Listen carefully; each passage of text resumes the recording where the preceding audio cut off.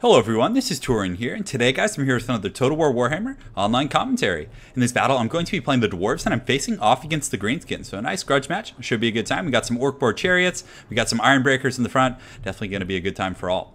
So over here in the front line, it looks like I do have some Longbeards with great weapons mixed in with Norgrimling's Iron Breakers. So typically I don't think Iron Breakers are a great pick against the Greenskins because Black Orcs are very cost effective against them. However, the Regiment of Renown doesn't seem to be a bad pick considering they have such good stats. I mean, 83 melee defense is just incredible. On top of that, they have okay offensive stats with 31 weapon strength, pretty good melee attack up at 50. And that's not even using High King Thorgrim. I'm actually using a Rune Lord. So I made a few changes to my typical Dwarf versus Greenskin build. This probably isn't the ideal choice, but again, got to experiment a little bit to, learn new things. So over here in the front, Longbeards, I have the Iron Breakers over here. On the other side, I have an additional group of Longbeards with great weapons who usually perform pretty well against Black Orcs. Granted, Black Orcs are a superior unit in general, just in terms of raw stats. These guys actually have pretty high melee defense, so they can, stand their ground, especially when you mix them in with a Rune Lord and some Rune Smiths and all that other kind of good stuff. However, if you do get Thorgrim, it actually makes them makes it a really good fight between the Black Orcs and the Longbeards. Granted, I think the Black Orcs still win, even with that plus 12 melee attack. So aside from that, I do also have the Grumbling Guard here in the back line. I do have 3 Rune Smiths and also a Rune Lord here with the full kit for the most part. On the flanks, I do have some Dwarf Warriors, so I basically, I went very expensive in the front line, bringing these Iron Breakers and Longbeards with great weapons rather than Dwarf Warriors, so I didn't have too much money to kind of protect my flanks, unfortunately. So I do have the Warriors of Dragonfire Pass here, who are definitely going to be very strong, and as some additional Dwarf Warriors here. In the back, I do have 2 groups of Miners, which is definitely where I really skimped out financially in terms of my army. In the middle, I do have some Quarrelers here and here, which aren't bad against Greenskins. If you're able to kind of protect your line, they can do well at focusing down giants. They're pretty good at focusing down the rusty arrows and trading with orc missiles. So not a terrible choice. Granted, they didn't do terribly well for me in this game, but again, you guys can be the judge of that. On top of that, I do have the Althar's Raiders here, who are a very good pick. Ragnarok Queens and monstrous units and enemy lords, for example, are pretty. Lords are a popular pick, of course they are, but the Ragnarok Queen and giants are pretty popular picks against the dwarves. Monstrous units in general can be pretty tough to deal with. These guys are quite solid. They do have them marked by Althar, so they can mark an enemy unit and apply a pretty substantial debuff. So let's go ahead and take a look at that right here. So 22% missile resistance, negative 30 armor, and it also lowers their missile parry with units with shields. So something you can do that's quite strong is you can mark an Orc War Boss. It'll lower their armor, make them very vulnerable to missiles, and then you can get some massive focus fire. So it's pretty good. For my opponent's army, he does have some nasty Skulkers over here and an Orc Boar Chariot. This thing is just, Chariots in general are just the bane of dwarves. They're so incredibly hard to deal with. And I actually didn't bring any Slayers. I was trying out a bit of a different composition, so I really don't have any great answers to this. On top of that, he does have a Goblin Big Boss here. In the back line, he has a bunch of Black Orcs mixed in with some the Rusty Arrows over here and some Night Goblin Archers. I definitely like the double stealth here. I think it's worth paying a little bit extra to get the poison rather than the regular Goblin Archers. He also has some Goblin Fodder units, so I definitely like that. He's going to kind of muck me up with Fodder units a little bit, and then follow up with the Black Orcs. So the Black Orcs aren't going to take that initial shock of the charge. The Goblins will take that, and then the Black Orcs will come in and, clean up shop, because they do have somewhat low melee defense, so they're going to take quite a bit of shock damage initially, even though the Longbeards have pretty low charge bonuses. It's still nice to have the Goblins take that beating instead. Some more Black Orcs, Hammer of Gork over here, and 2 groups of Squigs. So without further ado, my apologies for the long-winded introduction. Let's get in here and have some fun, guys.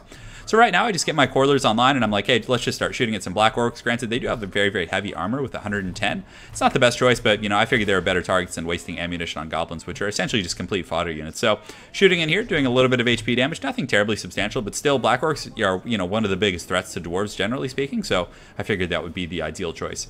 I also like what my opponent was doing over here, bringing some nasty Skulkers, so he's probably going to come in with the Skulkers and follow up with some Chariots, which I think is pretty good play. Another tactic that I really like that he was doing here is he moves his Rusty Arrows and his Goblins up around the flank. So the reason you do this is, let's say he engaged in the center right here. So we had a missile unit here and a missile unit here. I can then get a firing concave on him. That's pretty efficient. Now what you do here is it's kind of similar to the kind of tactic of clipping the wings of a formation. You start and you kind of work your way down. So then my ranged units can't reach him and all of his ranged can then reach my ranged. So very well played. I really like that play from my opponent. So I actually pushed out my Iron Breakers to maybe throw some charges there, see if I could get a little bit of work in on him. But unfortunately, he charged very quickly here. So my Iron Breakers are kind of reforming ranks here. They're going to be getting ready to throw some charges. Hopefully they get a few off on some of these Black Orcs. So they do throw some. You can see the charges going in pretty hot here in the air, and it looks so darn cool when it makes impact. So the Iron Breaker is throwing in some pretty good blasting charges, making some very square contact against these Black Orcs. And it actually does some okay damage. I mean, not a ton. It doesn't appear to do a lot against armored. Against light, it does quite a bit more, but still, any damage, again, like I mentioned earlier, against Black Orcs is going to be very important here. So the Squigs are coming in on the flanks. Unfortunately, my Dwarfs are, braced and ready for it, and I do mark him with Althar, so you can see that all my Quarrelers and all my ranged units are throwing up at him, and throwing up on him. They're not trolls, but doing a ton of damage, actually. Even though he is somewhat heavily armored, you can see his armor is down to 40 at this point after the debuff. So he's taking a lot. He actually comes in here, but I do have the Grumbling Guard and Auxiliary, so hopefully they can help clean up shop. Over here on the far side, the Orc-Boar Chariots have gotten in here, and he does also have a Goblin Big Boss doing pretty well. Thankfully, these guys do have very good melee defense and should be able to hold their own for a little bit. Just look how rickety these things are. But still, they are really hard to deal with for the Dwarfs, because he can just push through me and essentially like just get to my back line, and there's not a whole lot I can do about it. I would say that, you know, diversifying your missile line and kind of having them staggered is a very good answer against Chariots for the Dwarves. Also, Gyrocopters are a pretty good pick, and on top of that, I think Slayers do an okay job, but still, it's very, very tough.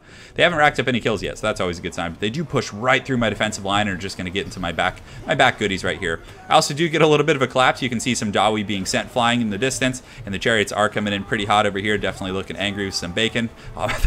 They just like ran over that one dwarf, just like the eternal grudge with that one guy right there. So he had a really rough time, but the Chariots get in there, and you can see even at just one charge, they're just racking up kills, up to 14 within like a few seconds.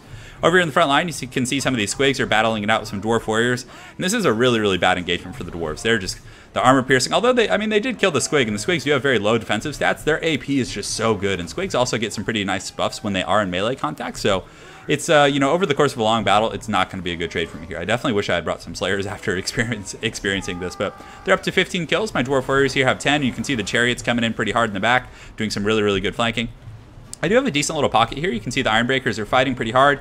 I do also have a Runesmith kind of backing these guys up and, you know, just applying that constant pressure. Because Black Orcs, I didn't bring a ton of armor piercing because I was kind of doing a little bit more of an experimental build. So, you know, I tried the Ironbreakers out and they actually did pretty good. I mean, they're just such a powerful unit. I don't know if I would call them a competitive staple, but they can be made to work.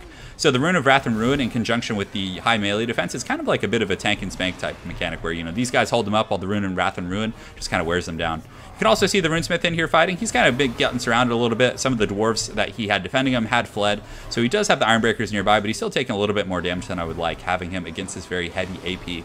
He does have pretty good defensive stats, though, having about 52 melee defense and, of course, that constant cycling of ruins. So if we take an overhead look, the balance of power is a little bit in my opponent's favor. My missile lines are trying to, like, reform ranks, but he does have this goblin, or this orc war boss in the back, and this darn chariot is just doing so much work. It's just kind of riding around. So I'm trying to focus it down with my missiles, but you can see every time I try and get my bearings, so the chariots just kind of ride through, just all dirty, like, with their just wooden ramshackle kind of contraptions there, which is pretty great. Very thematic of the orcs and the fantasy and 40k universe. So over here in the front line, I do have some Longbeards continuing to put up a pretty good fight, having racked up 122 kills, which is quite good. But again, most of those are against goblins, so it's not like super backbreaking. I'm actually able to catch his shaman here, so hopefully these old grumblers here can put him down. And it looks like they actually did just, oh, he took a while to get up there. He was kind of just laying there, but he is shaken, which is good. And again, pretty poor stats on that shaman, so they should be able to beat him, especially with the support of the Runesmith, who actually does have, you know, well, I think his base rune damage, I'm trying to remember what it is off the top of my head, because he has poison right now, but remember, it's actually pretty decent. So over here, we do have some Warriors of Dragonfire Pass, all 8 of them still fighting tooth and nail, which is pretty great, just a true testament to the resilience of the Dawi, but definitely, you know, they are kind of crumbling to this Black Orcs, and he also does have the Rusty Arrows and a lot of missiles over here. So one of the issues is going to be that I'm going to, you know, lose this whole pocket, and then his firing line is freed up, because I had these miners kind of like pressuring these Rusty Arrows, but the Black Orcs were able to protect him, so now he's going to get this whole fresh firing line. And though I did kind of win over here, my Runesmith did pretty good. You can see I actually do beat down this Orc War Boss, and he's wavering, and he's going to run off the battlefield. I think if I had been able to kill him, it would have helped me tilt this balance of power, because Greenskin units and goblins in general have really, really low leadership, so when they're Lord routes, it can be pretty backbreaking. So over here, you can see the Chariots fighting against some of these Ironbreakers. The Lord actually comes in, which was a very, very ballsy move, because if I had gotten like 1 or 2 really good, you know, attacks on him and actually knocked him off, I think a lot of these units nearby could have started her out, but still, the Orc War Boss, having used his potion, is still just being bold and doing a pretty good job with his AP and cycle charging here. But again, like I mentioned before, guys, the big issue is that my opponent still does have the Rusty Arrows, some Night Goblin Archers, and a whole firing line over here. I do have some troops coming back, but these nasty Skulkers are actually doing some serious work with their little prison shanks. Look at them. Look at them just running in there. They're pretty darn quick, and they do have that slow mechanic, so they should be able to do some pretty good work. Yeah, just literally prison shanking in the back. So those Quarrelers aren't going to get away. You can see the Hammer of Gork still online. I didn't really have anything to get over that, so these Quarrelers are going to get sent running off the battlefield. You can see they're broken. In the back, I do have some Quarrelers coming online, but still, this dense group of 64 nasty Skulkers, I'm not going to be able to deal with that very well. So over here you can see my Dawi forces kind of pushing in, trying to, you know, stop my opponent in the fourth quarter. You can see a Rune of Wrath and Ruin going off on these Black Orcs here, but still, it's going to be very tough to kind of finish these guys off. There's just so many Black Orcs. I mean, there's several rows. The Dawi are coming in for a pretty epic last stand, but just look at the arrows like bouncing off his head, just like half of them bouncing. That's pretty cool, actually. I've never really taken a look at that, but you can see the Black Orcs pushing in. He's very low. His armor is sundered as well, and yeah, it's going to be tough. Granted, you know, the Rune of Wrath and Ruin doing pretty good. These Ironbreakers coming in for a desperate last stand. Very, very cool thematic grudge match. This was definitely a great game. So I still do have some Runesmiths. I have a pretty decent little pocket. I'm trying to just get those Rusty Airs off the battlefield with the Master Rune of Wrath and Ruin, which is doing pretty good damage against him, but still, at this point, I don't think it's going to be enough because my Lord is pretty darn low, though my opponent's Lord. Let's go ahead and see if we can find him. I know he's like, yeah, he's actually 99 HP, so he's literally one melee attack from a Runesmith or a Rune Lord from dying. Over here on the far side, he does have some chariots. The Hammer of Gork has a little bit of ammunition left, but he has some squigs and miscellaneous units and Black Orcs coming back. So the Dawi are putting up a pretty good last stand here. You can see this guy's just getting peppered all day, but his runes are certainly helping with the 44% damage mitigation. Definitely helping to kind of stop a lot of that damage, but still, there's too many Black Orcs left, and you can see these Ironbreakers are just fighting tooth and nail, trying to survive and just rout these guys off. But the Black Orcs with their armor piercing are definitely outclassing them. The Runesmith coming in, just trying to, you know, bash him and help out his allies here, but there's only, let's see, 10 Ironbreakers left against 16 Black Orcs here. Looks like there are another group of 31 here, and the Rusty Airs and these guys in the back line are in pretty good shape, though that Rune of Wrath and Ruin did a ton of damage against those guys. So really well played of my opponent. It was a really fun grudge match, just down to the wire. Lords just very, very low. It was an awesome battle, and I really liked his build, how he used some of the lower tier goblin units to kind of just serve as fodder.